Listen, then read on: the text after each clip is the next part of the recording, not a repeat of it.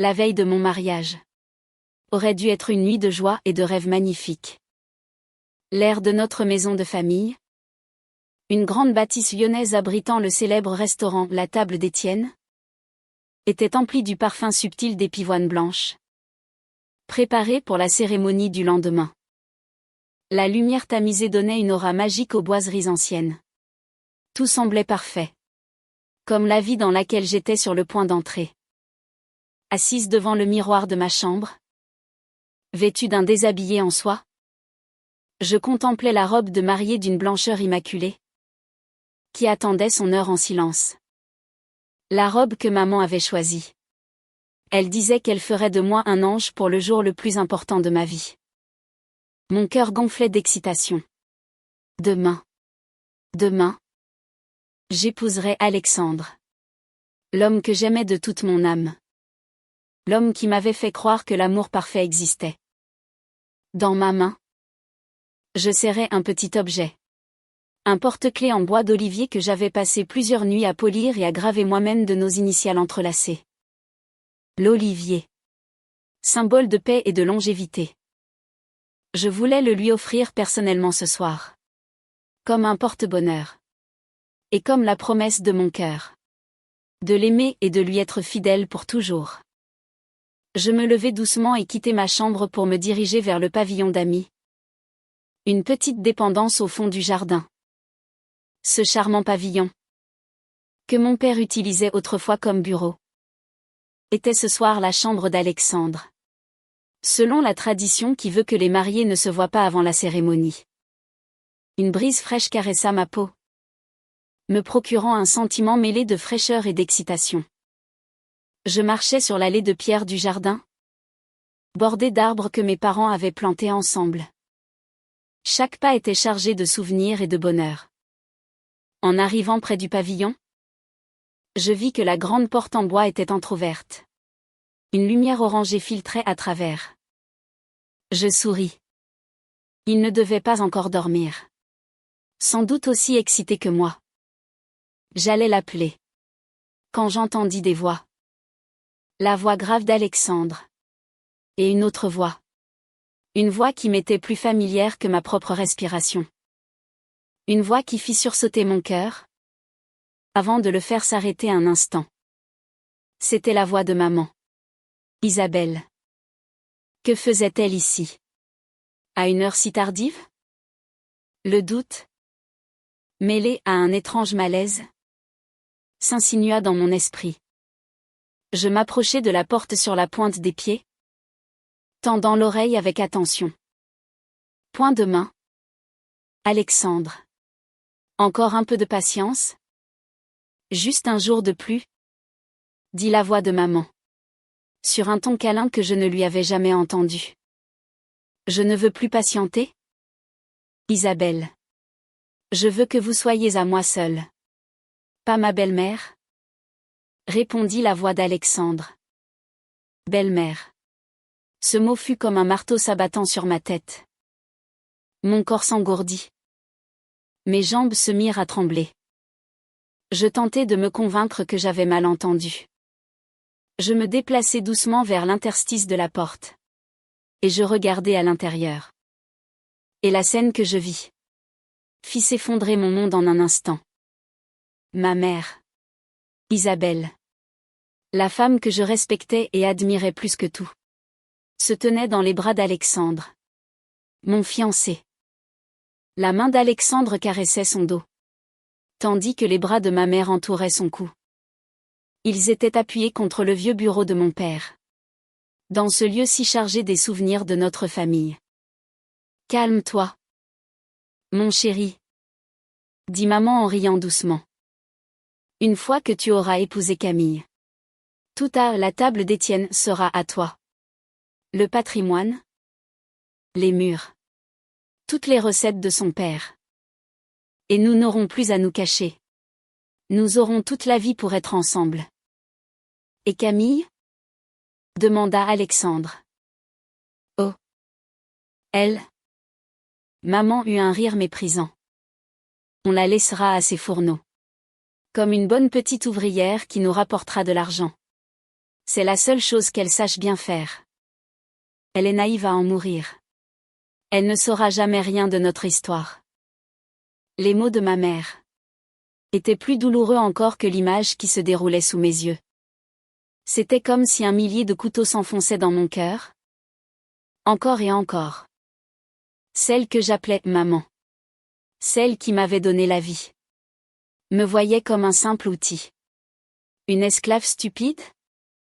Et l'homme que j'allais épouser demain n'était qu'un renard rusé qui ne convoitait que la fortune de ma famille. Je n'ai pas crié. Je n'ai pas défoncé la porte. Mon corps était trop paralysé pour réagir. Je reculais en silence. Chaque pas aussi lourd que si j'étais enchaîné. Le porte-clés en bois d'olivier dans ma main, autrefois symbole d'amour, s'enfonçait maintenant dans ma paume jusqu'à me faire mal. La douleur physique me tira de ce cauchemar. Un cauchemar qui était la réalité. Je retournai dans ma chambre comme une somnambule. Je fermai la porte, tournai la clé dans la serrure, et me laissai glisser au sol. Aucune larme ne coula. Le chagrin s'était transformé en un vide immense, qui lentement se mua en une haine glaciale. Ils avaient détruit mon amour, ma confiance. Ils avaient piétiné mon cœur jusqu'à ce qu'il n'en reste rien. Je levai les yeux vers la robe de mariée d'un blanc pur. Elle ressemblait maintenant à un linceul. Le linceul de mon amour et de mes rêves. Le mariage de demain aurait bien lieu. Mais la mariée de demain ne serait plus la même Camille. Il voulait jouer la comédie? Très bien. Je jouerai cette pièce avec eux.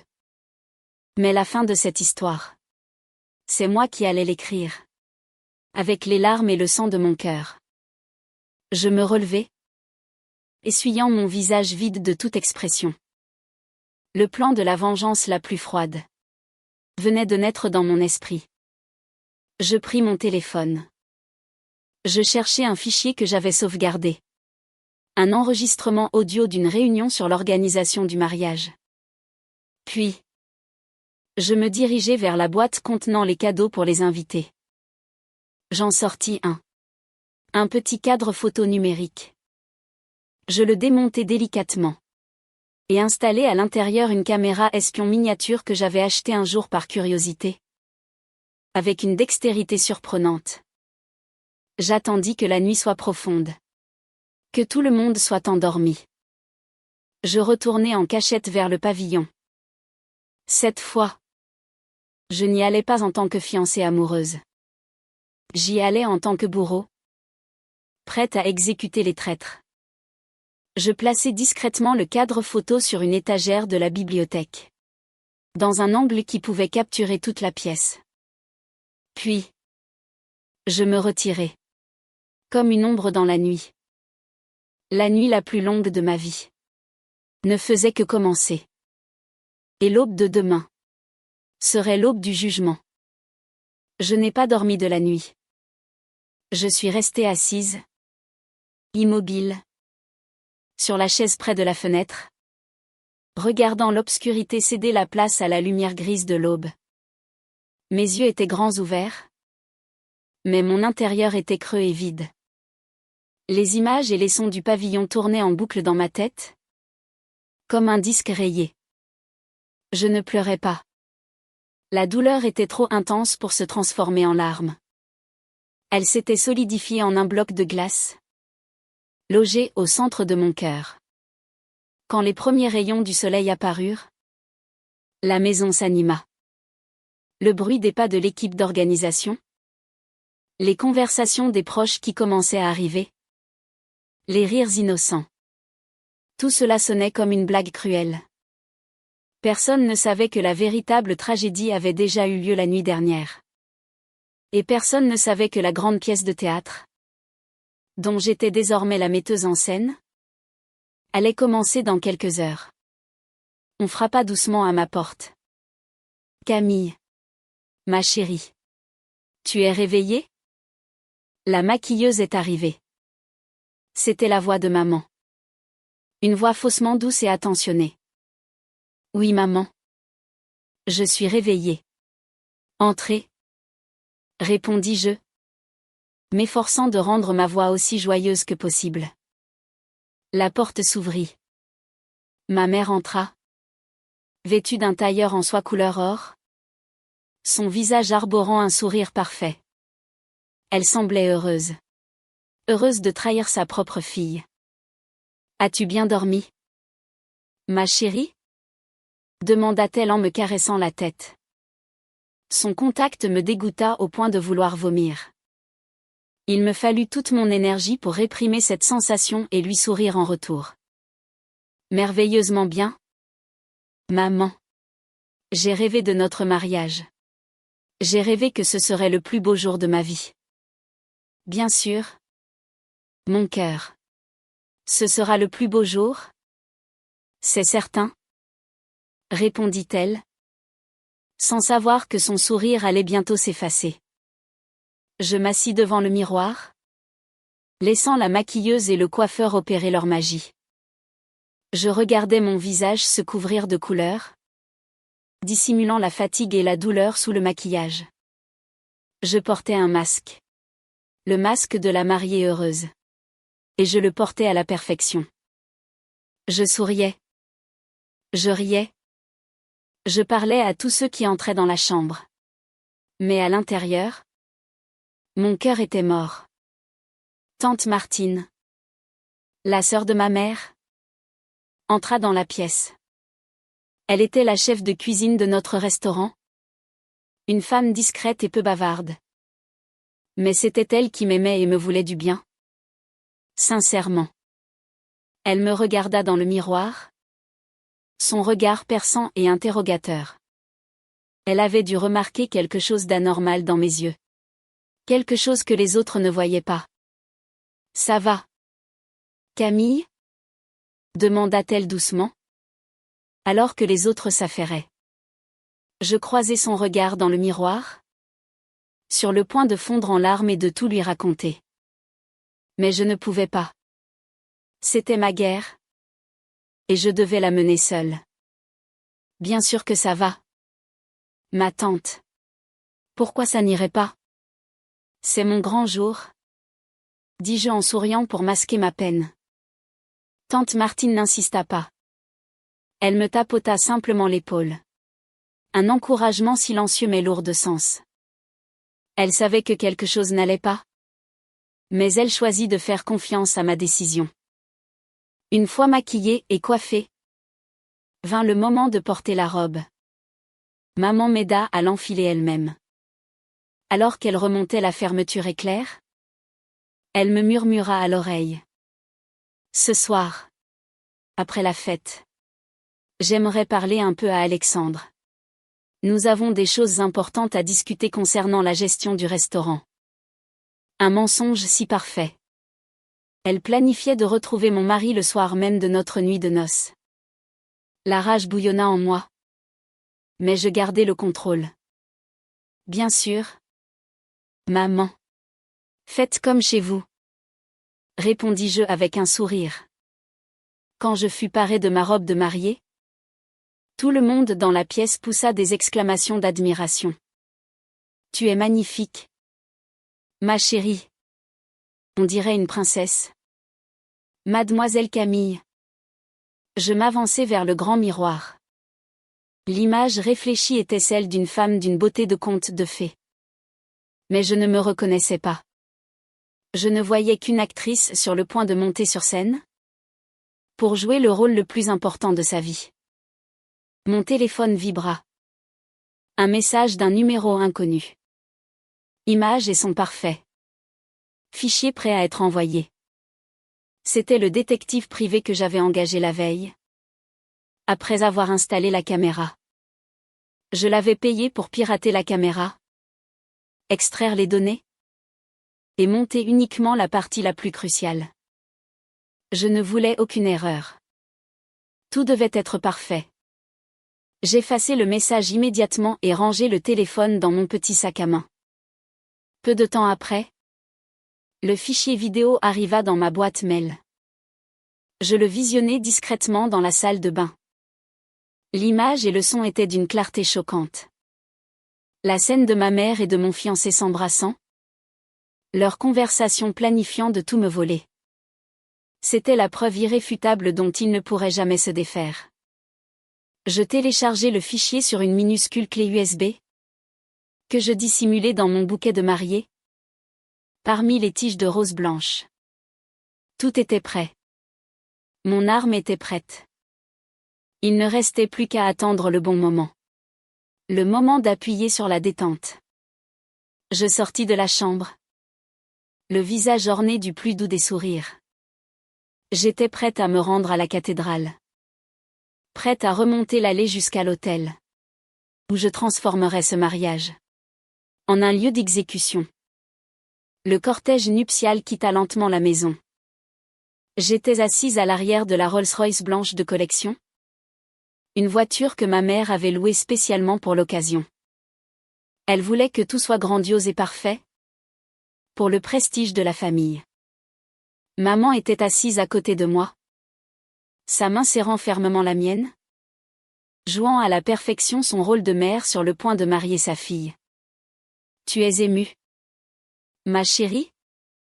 demanda-t-elle avec un sourire.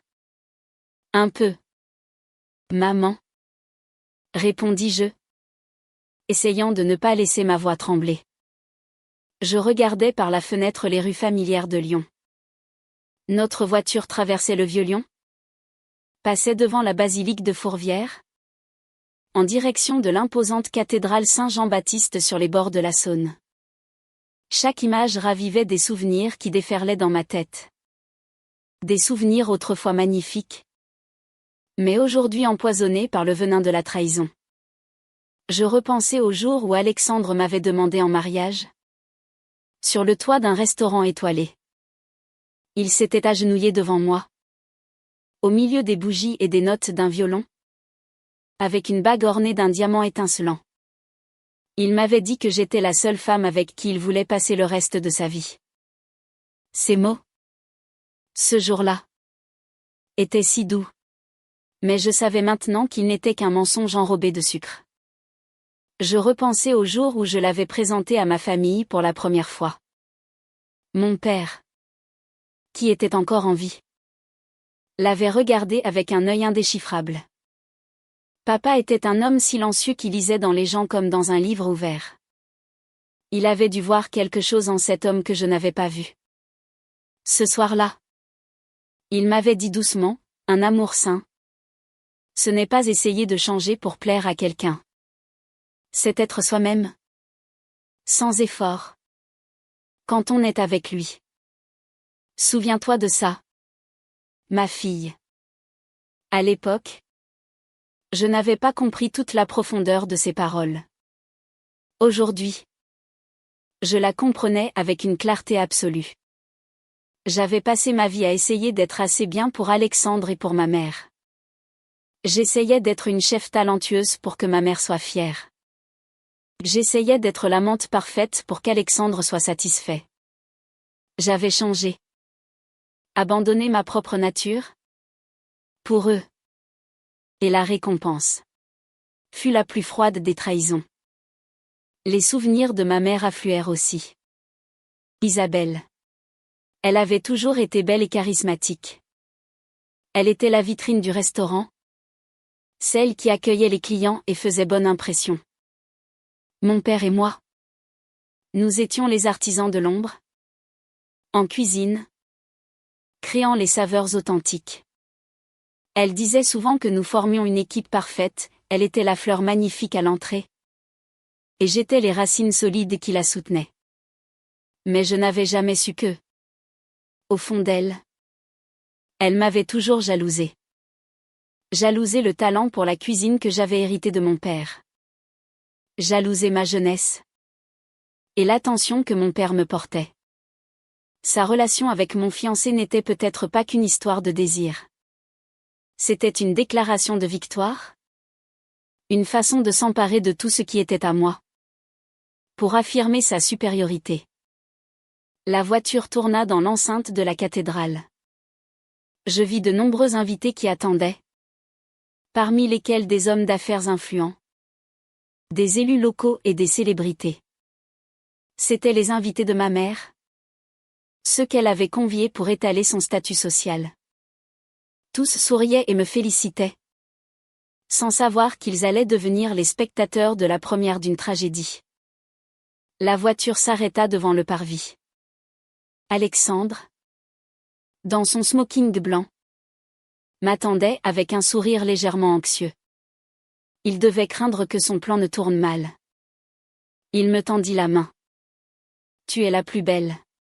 Ma future femme. » Je lui souris en retour et pris sa main. Son contact était glacial, comme celui d'un serpent.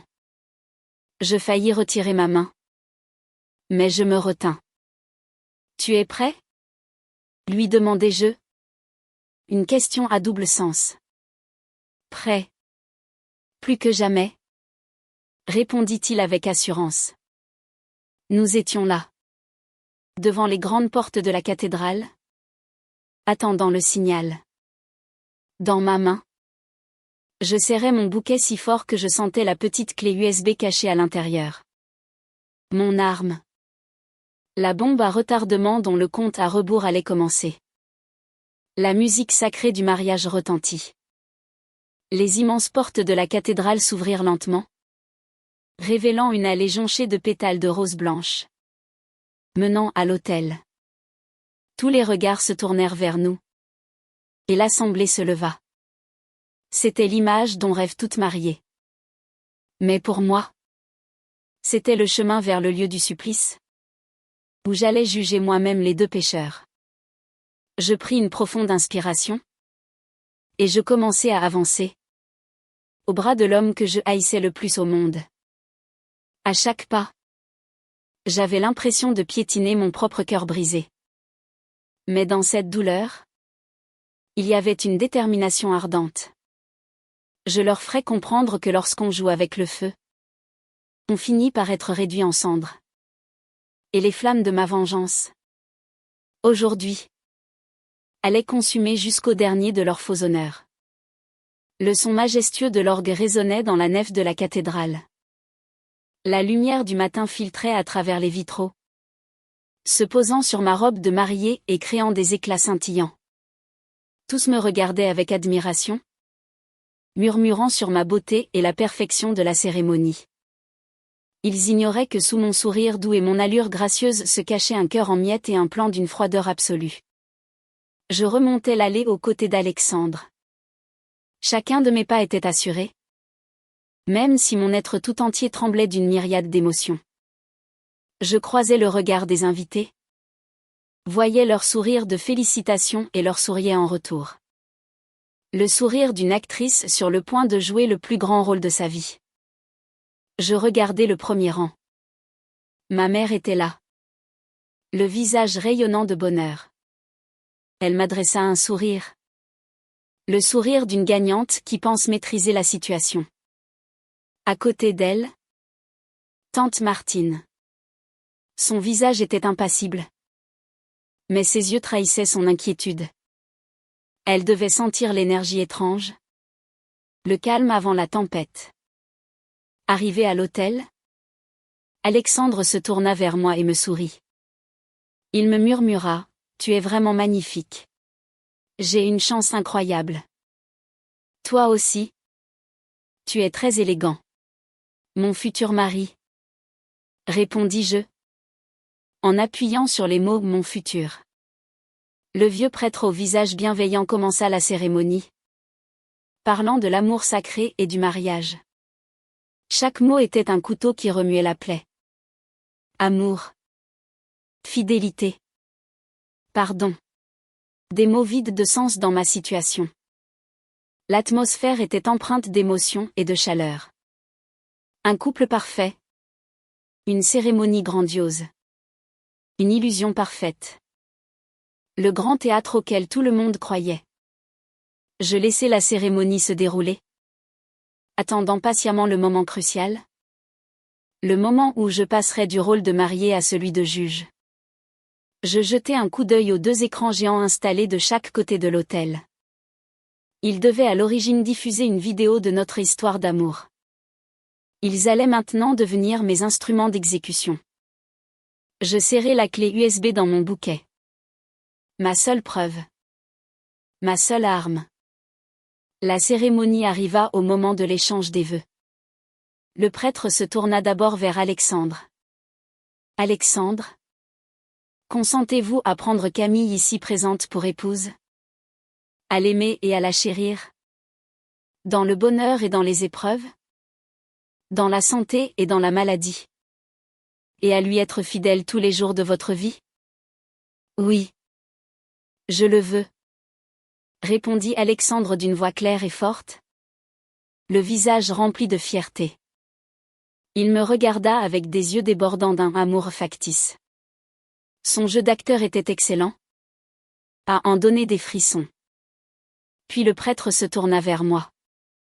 Mon cœur s'accéléra. Non pas d'excitation, mais d'adrénaline pure. C'était mon moment. Camille. Consentez-vous à prendre Alexandre ici présent pour époux? À l'aimer et à le chérir? Dans le bonheur et dans les épreuves? Dans la santé et dans la maladie? Et à lui être fidèle tous les jours de votre vie? Un silence total envahit la cathédrale. Tous attendaient ma réponse. Je regardai le visage d'Alexandre. Je plongeai mon regard dans le sien. Et je souris. Le plus doux des sourires. Je ne répondis pas tout de suite. Je me tournai lentement pour prendre le micro sans fil posé sur l'autel. Tout le monde me regarda. Perplexe. Y compris Alexandre et ma mère. Ils devaient penser que j'allais dire quelques mots émouvants pour rendre la cérémonie encore plus mémorable. Avant de répondre à la question la plus importante de ma vie. Commençai-je au micro? Ma voix douce et claire résonnant dans toute la cathédrale. J'ai un cadeau très spécial. Que je souhaite offrir à la femme la plus importante de ma vie. Celle grâce à qui je suis ici aujourd'hui. Celle qui est tout mon monde. Je me tournai vers ma mère. Assise au premier rang. Et lui souris. Maman. Ce cadeau est pour toi. Quelques applaudissements discrets se firent entendre. Beaucoup souriaient. Pensant assister à un adorable moment de tendresse entre une mère et sa fille. Ma mère sourit largement. Son visage rayonnant de fierté. Elle devait s'attendre à ce que je la remercie. Que je la couvre d'éloges devant tous ses invités prestigieux. Elle attendait son moment de gloire. Je plongeai la main dans mon bouquet et en sortis la minuscule clé USB. Je la tendis au technicien qui gérait le son et l'image. Non, loin de là. Pourriez-vous lancer le fichier qui se trouve sur cette clé? Sur les écrans? S'il vous plaît? C'est une vidéo surprise que j'ai préparée pour ma mère. Le technicien, un peu surpris, s'exécuta. Il inséra la clé dans son ordinateur. Alexandre me regarda. Confus. Qu'est-ce que tu as préparé? Camille? Pourquoi tu ne m'as rien dit? Une surprise doit rester une surprise. Mon amour. Lui dis-je avec le dernier sourire que je lui adresserai. Les deux écrans géants s'illuminèrent. L'assemblée leva les yeux. Prête à voir une douce vidéo. Mais l'image qui apparut n'était pas celle de nos photos de fiançailles. C'était une image de caméra de surveillance. Dans le bureau de mon père. Dans le pavillon d'amis. L'image sur les écrans était nette. Bien que l'angle soit de côté. C'était une vidéo. D'abord muette. Montrant ma mère et Alexandre enlacés dans le bureau de mon père. Un silence de mort s'abattit sur la cathédrale. Les murmures cessèrent instantanément. Les invités se regardaient, ne comprenant pas ce qu'ils voyaient. Certains pensaient peut-être à une blague, une vidéo parodique. Le sourire sur les visages de ma mère et d'Alexandre se figea. Ils fixèrent les écrans, incrédules, avant que la panique ne s'empare d'eux. Qu'est-ce que c'est que ça? Camille, me chuchota Alexandre. La voix tremblante. Arrête ça tout de suite. Pourquoi donc? Lui souris-je froidement. La pièce vient de commencer. Ne soyons pas si pressés. Puis je fis un signe au technicien. Le son fut activé. Leur conversation répugnante emplit la cathédrale, diffusée par les haut-parleurs de haute qualité que ma mère avait elle-même fait installer. Point encore un peu de patience? Juste un jour de plus? Alexandre. La voix câline de ma mère. Je ne veux plus patienter? Isabelle. Je veux que vous soyez à moi seule. Pas ma belle-mère? La voix d'Alexandre. Un brouhaha assourdissant s'éleva immédiatement. Tout le monde avait compris. Ce n'était pas une pièce de théâtre. C'était la réalité. Des centaines de paires d'yeux se tournèrent vers ma mère. Son visage devint blanc comme un linge. Ses lèvres tremblaient. Elle voulut se lever, mais semblait privée de force. Tante Martine, à côté d'elle, regardait l'écran, puis sa sœur, avec un sentiment indescriptible. La conversation abjecte continua. Point une fois que tu auras épousé Camille. Tout à la table d'Étienne sera à toi. Et nous n'aurons plus à nous cacher. Et Camille? Oh. Elle? On la laissera à ses fourneaux. Comme une bonne petite ouvrière qui nous rapportera de l'argent. Elle est naïve à en mourir. Elle ne saura jamais rien de notre histoire. À la fin de cette phrase, ce fut l'explosion. Les critiques fusèrent de toutes parts. Mon Dieu! Mais c'est une folie. Une mère peut faire ça à sa propre fille? Et cet homme? Quelle ordure! Il avait l'air si bien. Alexandre était livide. En sueur. Il tenta de m'arracher le micro. Ce n'est pas vrai. C'est un montage. On essaie de me piéger? Cria-t-il. Désespéré. Mais personne ne le crut. L'épreuve était trop accablante. Je me décalai et repris la parole, d'une voix calme mais puissante. Un montage? Dites-vous? Une image peut se monter? Peut-être. Mais le sentiment d'être trahi? Lui. Ne se monte pas. Je me tournai vers les invités et m'inclinai gracieusement.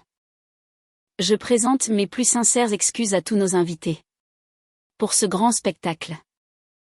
Je voulais simplement que vous voyiez tous la vraie nature des deux personnes que j'ai le plus aimées et en qui j'ai eu le plus confiance.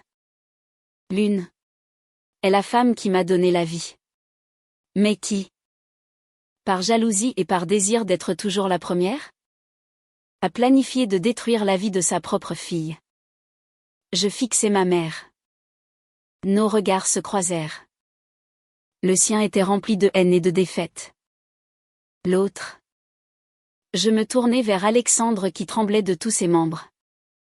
Point est l'homme qui s'est agenouillé pour me demander en mariage, jurant de m'aimer toute sa vie.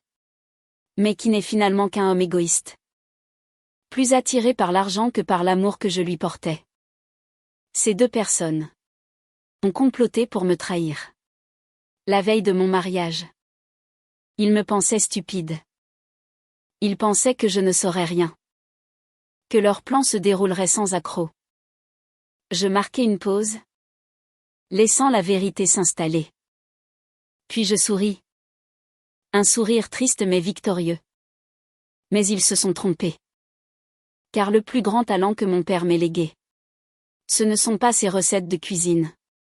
C'est sa capacité à lire dans les gens. Et à ne jamais céder face à l'injustice. Alors, pour répondre à la question de monsieur le curé, qui me demande si je consens à prendre cet homme pour époux. Je regardai Alexandre une dernière fois. Avec un regard vide. Dépourvu de tout sentiment. Ma réponse est non. Ma voix résonna. Claire et définitive. Je ne peux pas épouser un homme qui couche avec ma propre mère. Cette dernière phrase fut comme un coup de foudre s'abattant sur la cathédrale. Le coup de grâce. L'humiliation publique est totale. Le chaos fut complet. Des cris. Des huées. Des insultes.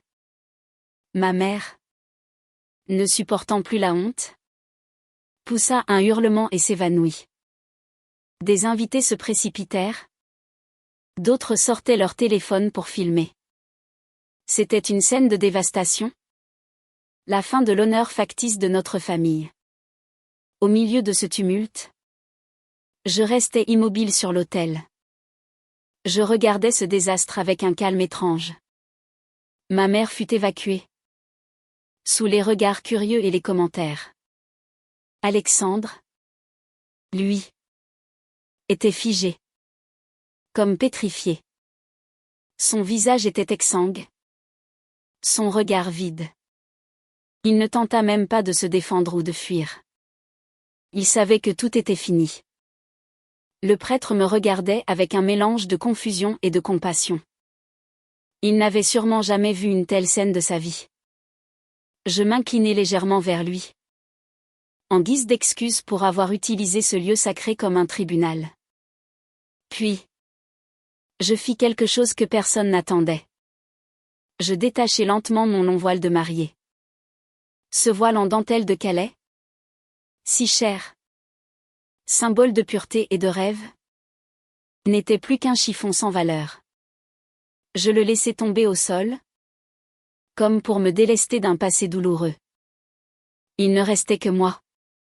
Dans cette robe élégante, mais dépouillée de son sens. Je relevai la tête, le menton haut, et dis une dernière phrase au micro.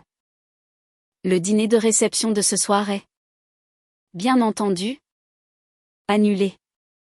Cependant, toute la nourriture qui a été préparée. Je souhaite en faire don au Resto du Cœur et à d'autres associations d'aide aux sans-abri. Ainsi, au moins, la tragédie d'aujourd'hui aura servi à quelque chose. Je remercie tous les invités d'avoir pris le temps d'être les témoins de la révélation de la vérité aujourd'hui.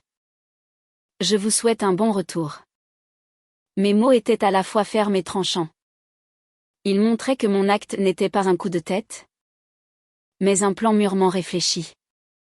C'était la confirmation de ma victoire, et la preuve que désormais, c'était moi qui contrôlais la situation. Je posai le micro, me retournai et redescendis l'allée. Chaque pas était assuré. Mon dos droit. Je ne me retournai pas pour voir les ruines que je laissais derrière moi. Ni Alexandre, ni la chaise vide de ma mère, ni les centaines de regards braqués sur moi. Les flashs des photographes de presse, qui commençaient à s'infiltrer dans la cathédrale, crépitaient. Je savais que demain, mon histoire ferait la une des journaux. La réputation de la table d'Étienne, bâtie sur des décennies, serait anéantie en une nuit. Mais je m'en fichais. Un honneur construit sur le mensonge méritait d'être détruit. En arrivant à la porte, je vis tante Martine qui m'attendait. Elle ne dit rien. Elle s'approcha et me serra fort dans ses bras. Son étreinte était chaude et sûre. La seule chose authentique de cette journée. C'est à ce moment-là, dans les bras de la seule personne qui m'aimait vraiment, que ma première larme coula. On rentre à la maison. Camille. On rentre.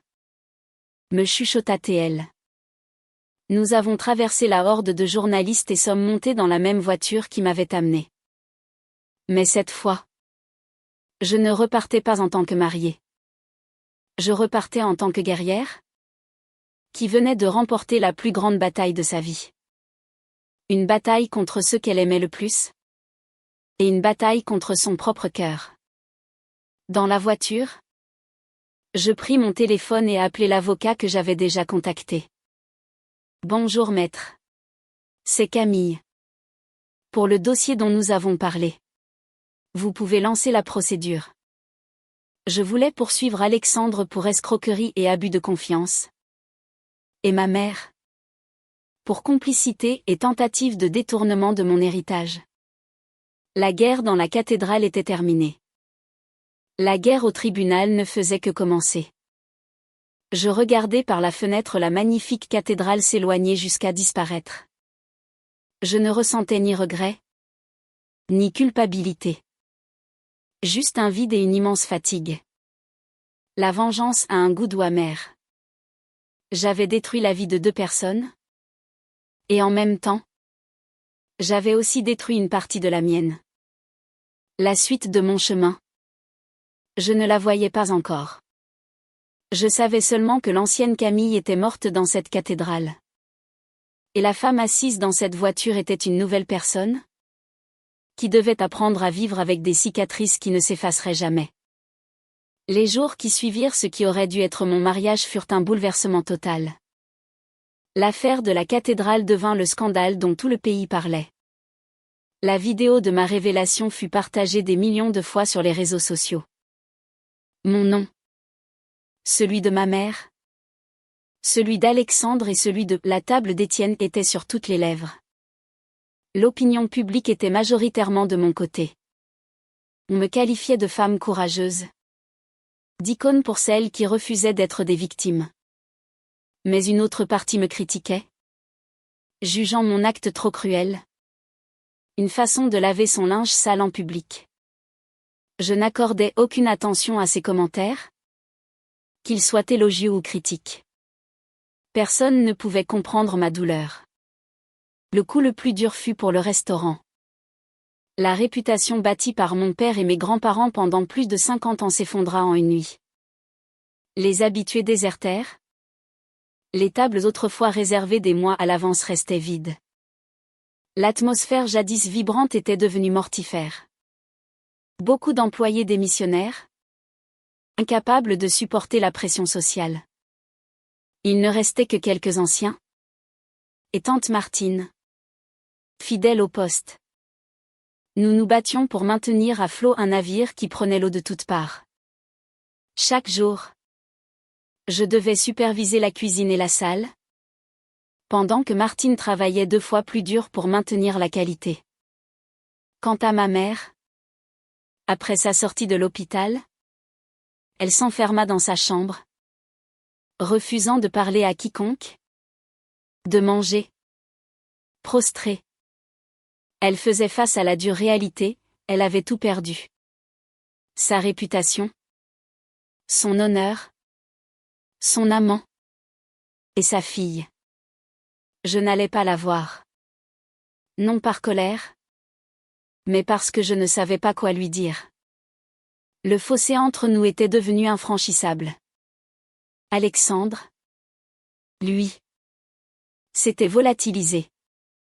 Il avait abandonné son appartement, coupé les ponts avec tout le monde, laissant derrière lui une montagne de dettes contractées pour maintenir son train de vie factice.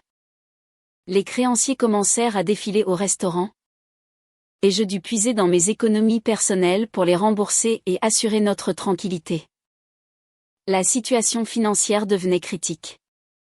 Nos revenus étaient proches de 0. Mais nos charges restaient les mêmes. Je savais que si rien ne changeait, nous allions devoir fermer. Mettre un point final à la légende de la table d'Étienne. Le désespoir me gagnait. Ma vengeance avait été satisfaisante. Mais elle m'avait laissé un fardeau immense. Un soir, seul dans la cuisine vide, je regardais le portrait de mon père, souriant dans sa tenue de chef. Les larmes que j'avais retenues si longtemps coulèrent enfin. Papa, je suis si fatiguée. Qu'est-ce que je dois faire? J'ai bien fait. N'est-ce pas? De défendre mon honneur et le tien? Même si ça m'a tout coûté? Alors que j'étais submergée par la tristesse. Tante Martine entra et posa un bol de soupe chaude devant moi. Mange. Camille. Il faut avoir le ventre plein pour avoir la force de se battre. Elle s'assit à côté de moi. Tu n'as rien fait de mal. Tu as juste refusé d'être une victime. Ton père serait immensément fier de toi. Ces mots furent une lumière dans mes ténèbres. Ils me firent réaliser quelque chose. Je ne m'étais pas battue par vengeance, mais pour ma dignité. Et maintenant, je devais continuer à me battre pour préserver l'héritage de mon père. Je ne pouvais pas laisser la table d'Étienne sombrer. Je séchai mes larmes et mangeai la soupe. Son goût familier, celui que Martine avait appris directement de mon père, raviva la flamme en moi. Ma tante. J'ai pris ma décision, dis-je d'une voix ferme. On va se battre.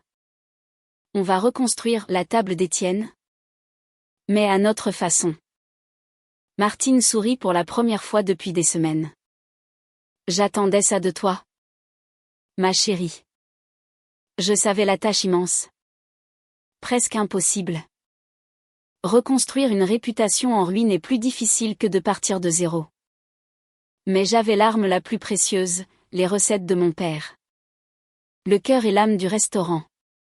Et j'étais la seule à les avoir reçues directement de lui. Pas ma mère. J'allais utiliser l'authenticité de nos saveurs pour combattre les scandales et les critiques. J'allais prouver à tous que la vraie valeur de ce lieu ne résidait pas dans le paraître, mais dans l'honnêteté, le soin et le goût d'une cuisine lyonnaise traditionnelle qui ne ment jamais. Ma nouvelle guerre commençait. Mais cette fois, ce n'était plus une guerre de vengeance, mais une guerre de reconstruction et de création. Quelques semaines après ma décision, je changeai le nom du restaurant. La table d'Étienne était trop associée au scandale. Je le rebaptisai simplement la cuisine de Camille. Un nouveau départ, plus humble, plus personnel. Je me concentrai sur un menu plus court, composé uniquement des plats signatures de mon père, préparés avec une rigueur absolue. Un soir, un homme seul, élégant et discret, s'installa à une table. C'était François Lambert, l'un des critiques gastronomiques les plus redoutés de France. Mon cœur manqua un battement. C'était le test ultime. Je mis tout mon savoir-faire et toute mon âme dans chaque plat que je lui envoyai, une quenelle de brochet sauce nantois aérienne, une poularde de Bresse demi-deuil d'une tendresse infinie, et une simple tarte aux pralines roses dont la recette était un secret de famille. Il mangea en silence, prit quelques notes, et partit. Une semaine plus tard, sa critique parut. Le titre était « La cuisine de Camille, la renaissance de l'âme lyonnaise ».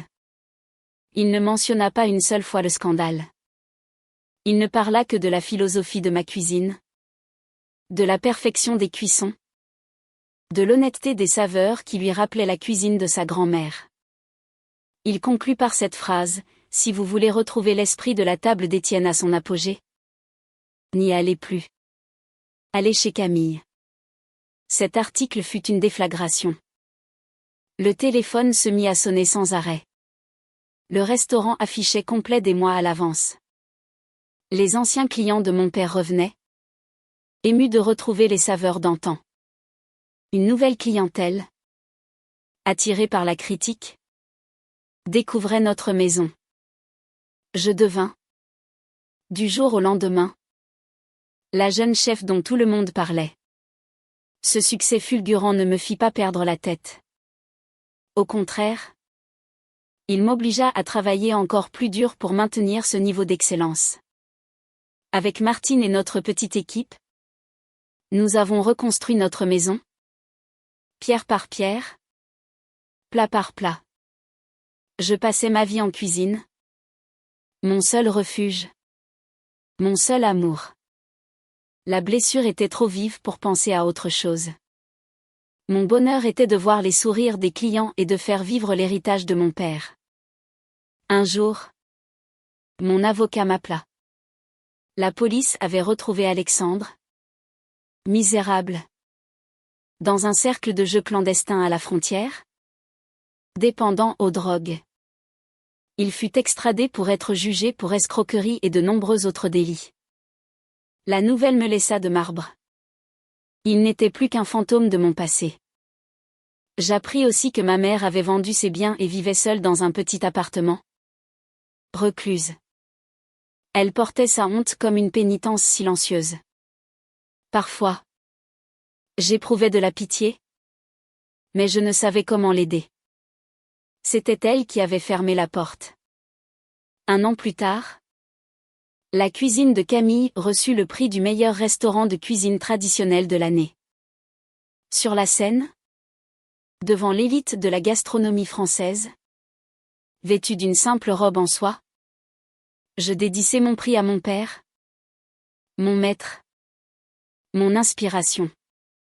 Après la cérémonie, une éditrice d'un grand magazine m'approcha. Elle me proposa de participer à un livre sur les chefs les plus prometteuses de leur génération. Raconter mon histoire, partager les recettes de mon père. L'offre était tentante, mais elle signifiait aussi rouvrir de vieilles blessures, réexposer ma douleur. Étais-je prête? C'était peut-être le seul moyen de vraiment guérir.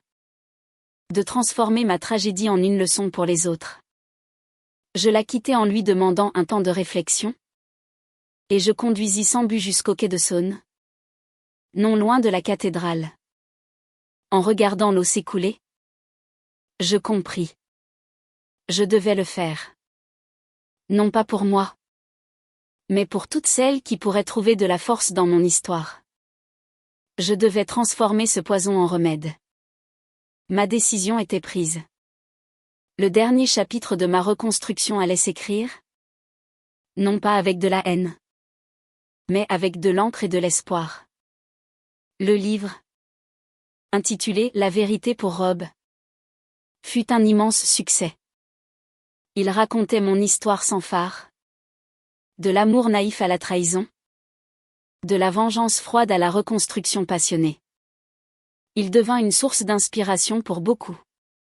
Lors d'une séance de dédicace, une femme âgée, le visage caché par un chapeau et des lunettes noires, s'approcha. Je la reconnus immédiatement. C'était ma mère. Méconnaissable, vieillie, brisée. Elle me tendit le livre, la main tremblante. Signe-le. Pour moi. S'il te plaît. Ma fille. Sa voix était un murmure rauque. Je pris le livre. Le cœur serré. Que écrire? Des reproches? Du mépris? Je pensais à une phrase de mon père, le meilleur plat est celui fait avec amour et pardon. Je pris mon stylo et j'écrivis. À Isabelle, qui m'a enseigné la plus grande leçon de ma vie. Avec respect. Camille. Pas d'amour? Cela aurait été un mensonge. Mais du respect? Pour celle qui m'avait donné la vie. Et dont la trahison m'avait forgé. Elle lut les mots. Et des larmes silencieuses coulèrent sur ses joues ridées. Elle hocha la tête. Et partit sans un mot. Se fondant dans la foule. C'était notre adieu. Et il était parfait ainsi. J'avais pardonné. Et plus important, je m'étais pardonné. La dernière chaîne qui me liait au passé venait de se briser. Des années plus tard, la cuisine de Camille était devenue une institution, une académie de la cuisine française classique. J'étais devenue une ambassadrice de notre gastronomie. Voyageant, enseignant, partageant. Aujourd'hui, je suis dans ma cuisine, entourée de jeunes chefs venus du monde entier pour apprendre à mes côtés. L'héritage de mon père fleurit à travers eux. Alors que je leur explique les secrets d'un bon fond de veau, Martine s'approche. Camille. Il y a une dame qui demande à te voir. Elle s'appelle Isabelle. Elle attend à la table dans le jardin. Mon cœur eut un soubresaut. Je m'excusai auprès de mes élèves et sortis. Elle était là. Assise. Le dos voûté. Les cheveux entièrement blancs. Elle semblait si frêle. Je m'assis en face d'elle. Le silence entre nous n'était plus hostile. Il était plein d'une compréhension mutuelle. Ma fille. Commença-t-elle. Je te vois à la télévision. Je suis si fière de toi. Je hochai la tête. Merci. Je suis juste venue. Pour goûter ta cuisine. Une dernière fois. Est-ce possible? Elle n'était pas venue demander pardon? Ni de l'argent. Elle était venue en cliente. Acceptant pleinement qui j'étais devenue. Sans elle. Sans un mot. Je retournai en cuisine. Je ne préparai pas un plat de la carte. Je fis un plat de mon enfance. Celui que mon père m'avait appris à faire pour lui faire plaisir quand j'étais petite, un simple velouté de potimarron. Avec une touche de châtaigne. Je le lui servis moi-même. Elle le regarda. Les yeux embués de larmes.